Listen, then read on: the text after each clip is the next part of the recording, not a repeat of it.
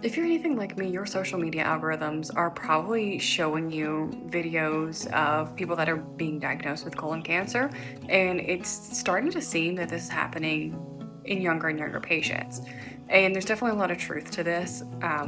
When we're looking at the literature on colon cancer, we are seeing that patients are starting to receive diagnoses for colorectal cancers much earlier than before.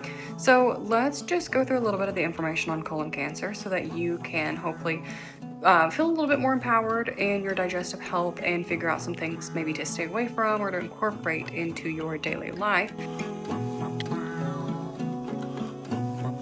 When we're thinking about colon cancer, what we think about in terms of risk factors are advanced age, family medical history of someone else that has colon cancer, usually like a first degree relative, a history of inflammatory bowel disease, so things like Crohn's, ulcerative colitis, and then there's also environmental factors like alcohol use, tobacco use, insulin resistance, and diets that are higher in processed meats. Now, research shows that the best ways that we can help reduce our risk for colon cancer include regular daily movement and exercise, and eating a diet that's high in antioxidants, fruits, vegetables, and our fibers. And then, of course, things like avoiding alcohol and tobacco are going to be important as well. One thing that often gets overlooked in terms of prevention is the colon cancer screenings. Current USPSTF guidelines recommend colon cancer screenings start between 45 and 50 years of age for somebody that's of average risk.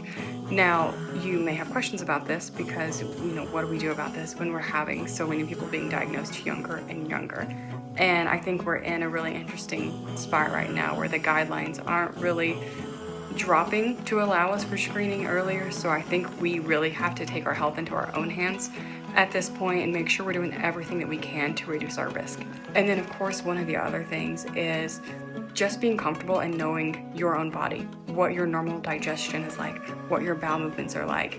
It's really important that you know your normal habits so that in the event that something does happen or something does change in the future, you're aware of it and you can tell your doctor right away.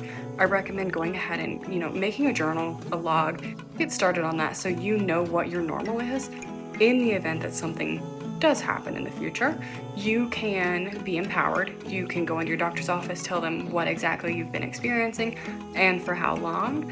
And that way they can, have all the information that they need to make a thorough assessment and a diagnosis and provide you with the best information moving forward so that you can be proactive in your health.